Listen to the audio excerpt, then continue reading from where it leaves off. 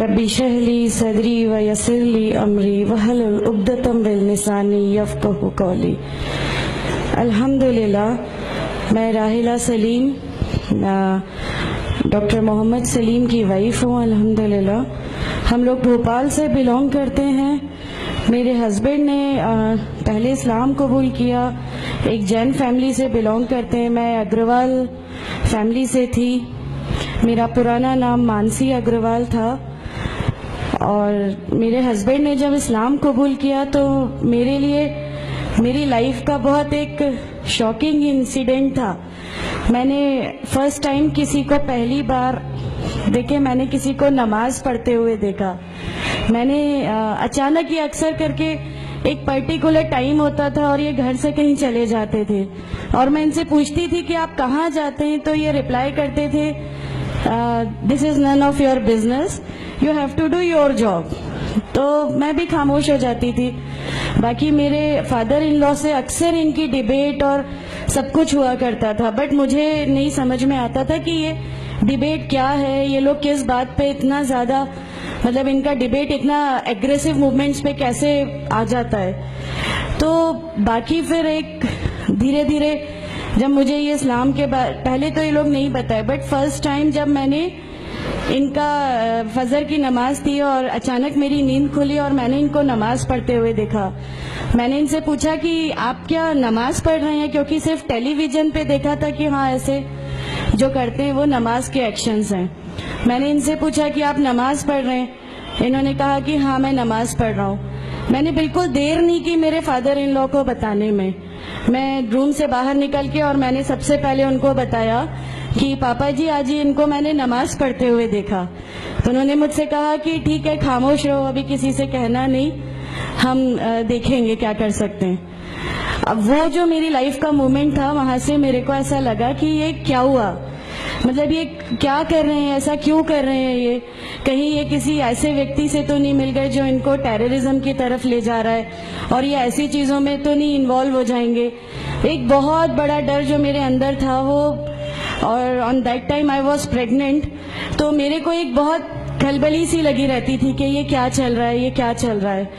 پھر دھیرے دھیرے کر کے جب میں ان کی بکس وغیرہ جو المیرا میں رکھی رہتی تھیں وہ میں پڑھنے لگی اور ڈھونڈنے لگی، یہ چھپا کے رکھا کرتے تھے، اور مجھے جب بھی کوئی بک ملتی تھی تو پھر میں اس کو پڑھنے لگی۔ تو مجھے اس میں ایسا کچھ لگتا ضرور تھا کہ پتہ نہیں کچھ ہے، کوئی ڈیفرنٹ چیز ہے، کیونکہ میں نے دیکھا کہ ان کے اخلاق، ان کی سب چیزیں بالکل چینج ہو گئیں، جو یہ پہلے تھے اس سے یہ بالکل الگ ہو گئے۔ تو مجھے ایسا پرسنلی لگتا تھا کہ اس پلیٹ فارم نے ان کو ایسا کیا دیا جو میرے ہسبینڈ کو بالکل چینج کر کے رکھ دیا۔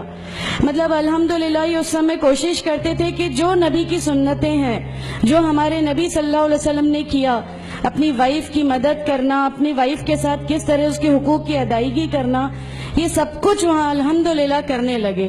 اور مجھے جو ان کا یہ ڈراسٹیکل چینج تھا، جو ان کو اس پلیٹ فارم پہ آئے ہوئے 6 months یا 1 year ہوا ہوگا، وہ دیکھ کے میرے لیے ایک بہت بڑا ایک سرپرائز تھا کہ یہ کیا ہوا۔ پھر اس کے بعد مجھے لگا کہ نہیں، میں بھی اب اس کو جانتی ہوں، میں بھی اب پڑھوں گی، اور پھر میں اپنے فادر ان لا اور ان کی ڈیبیٹ سننے لگی۔ تو جینزم میں گاڈ کانسیپٹ ہے ہی نہیں۔ ہر وہ ویکتی جو بہت زیادہ علم حاصل کر لیتا ہے، بہت زیادہ نالج حاصل کر لیتا ہے، تو وہ ایک لمٹ پر آ کر نعوذ باللہ گاڈ کا وہ مقام حاصل کر لیتا ہے، اور لوگ اسی کی پھر پوجا کرنے لگتے ہیں، اسی کی ورشپ کرنے لگتے ہیں۔ تو میرے دماغ میں اگروال فیملی سے تھی، تو میرے دماغ میں تھا کہ نہیں، ہمارے جو بھگوان ہیں وہ 3-4 ہاتھ والے ہیں، ان کا کیا ایک ہی گاڈ ہے جس کو جا کے آپ کو پوجنا ہے، تو نہیں، میں ان سے تو کچھ نہیں مانگوں گی، 3-4 ہاتھ والے بھگوان ہی ہوتے ہیں، یہ نہیں کچھ وہ ایسا رکھتے۔ تو وہاں سے ایک تھوڑا سا ڈسٹریکشن میرے کو گاڈ کانسیپٹ کا آیا، اور ایشور ہے جو اس دنیا کو چلا رہا ہے، یہ ہمیشہ میرے ایک ذہن میں رہتا تھا۔ تو مجھے میرے فادر ان لا کہیں نہ کہیں اس پلیٹ فارم پہ آ کے غلط لگنے لگے کہ نہیں، یہ جو کہہ رہے ہیں وہ صحیح ہے، اور ان کی جو ڈیبیٹ ہے اس کا اینڈ جو ہے وہ یہ صحیح ہے۔ پھر دھیرے دھیرے کر کے مجھے ان کی چیزوں پہ یقین آنے لگا الحمدللہ۔ پھر ہمارے ایک فیملی فرینڈ ہیں، ان کے یہاں یہ مجھے لے گئے۔ وہاں پر کسی نے مجھ سے کہا کہ میں بہت بزرگ ہو چکا ہوں، کلیم صدیقی صاحب ہیں، مجھے ان کا نام دھیان نہیں ہے اچھے سے، بٹ انہوں نے مجھ سے کہا بیٹا میں بہت بزرگ ہو چکا ہوں, میں چاہتا ہوں تم کلمہ پڑھ لو, میری زندگی رہے نہ رہے, میں آپ سے ملوں نہ ملوں, تو آپ کلمہ پڑھ لو. تو الحمدللہ میں نے کلمہ پڑھ لیا. کلمہ پڑھنے کے بعد بھی جب ہم گھر لوٹ رہے تھے تو میں نے ان سے کہا کہ میں نے صرف ابھی کلمہ پڑھا, ابھی آپ یہ مت سمجھیے گا کہ میرے کو سب سمجھ میں آ گیا اور میں اس چیز کو مان لوں گی. انہوں نے کہا نہیں, تمہاری مرضی, کسی میں کوئی فورس نہیں ہے. تو الحمدللہ اللہ تعالیٰ کا احسان ہے, اس کلمے کی طاقت تھی. اور یہ ہمیشہ کہتے تھے تمہیں کوئی دعا مانگنی ہے تو تہجد میں مانگا کرو. تہجد کا جو ٹائم ہوتا ہے وہ بہت قیمتی ہوتا ہے اور اس میں اللہ تعالیٰ سب کی دعائیں قبول کرتا ہے. انہوں نے مجھے ایک دعا سکھائی تھی کہ تم ایک دعا مانگو کہ یا میرے رب اگر میرا ہسبینڈ غلط راستے پر ہے تو اس کو صحیح راستے پہ لیا, اور اگر میں غلط راستے پہ ہوں تو مجھے صحیح راستہ دکھا دے. الحمدللہ میں یہ دعا کنٹینیو مانگتی تھی. ایک بار میری نیند الحمدللہ تہجد میں کھلی اور بس میں نارمل جیسے ایک دھیان کرتے ہیں ویسا میں بیٹھ گئی اور اپنے آپ اچانک دل چاہا کہ بس سجدہ کروں. میری زندگی کا وہ پہلا سجدہ تھا اور اس بہت لمبا سجدہ تھا, اور اس سجدے میں نے میرے رب سے کیا کیا مانگ لیا مجھے بھی نہیں یاد ہے. اور اس سمے مجھے ایسا فیل ہو رہا تھا جیسے اللہ تعالیٰ خود مجھ سے بات کر رہا ہے, اللہ میرے سوالوں کا جواب خود دے رہا ہے.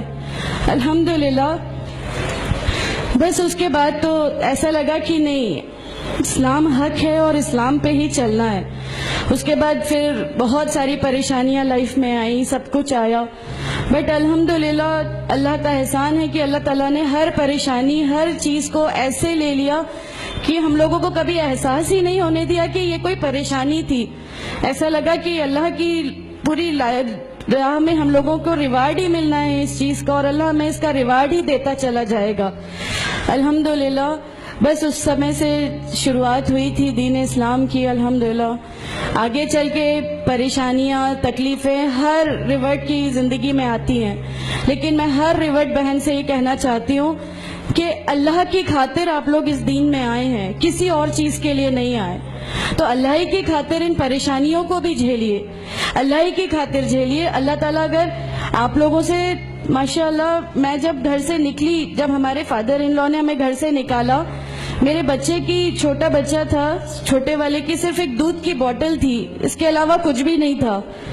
میں جاب کرتی تھی, میں نے اپنے چھوٹے بیٹے کو ماں کے یہاں چھوڑ کے جایا کرتی تھی. میرے ممی پاپا بہت زیادہ ہم لوگوں سے ڈیٹیچ نہیں ہوئے تھے, ایک محبت تھی ان کو ہم سے, تو اس محبت کے کارن ان لوگوں نے کبھی ہمارا اس لیول تک اپوز نہیں کیا جو ان لاز کی طرف سے آیا. تو جب میں میرے مائکے گئی اور میں نے اپنے بچے کو لیا اور میں نے کہا کہ ماں ہم نے وہ گھر چھوڑ دیا, ہمیں اس گھر سے ان لوگ نکالے, ایسا کر کے ماں ہے, بہت روئی, تم لوگ کیوں ایسا کر رہے ہو, کیا کرو گے, کیسے رہو گے, دونوں چھوٹے بچے ہیں, کیا ہوگا.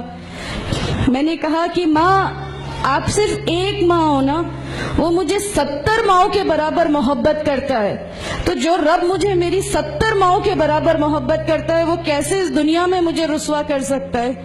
صرف ایک چھوٹا سا یہ وشواس تھا. الحمدللہ اس وشواس کو رکھتے ہوئے ساری چیزیں, سب پریشانیاں ایسے اللہ تعالیٰ نے لے لی کہ اس کا میرے پاس کوئی کہنے کے لیے بھی شبد نہیں ہے. الحمدللہ.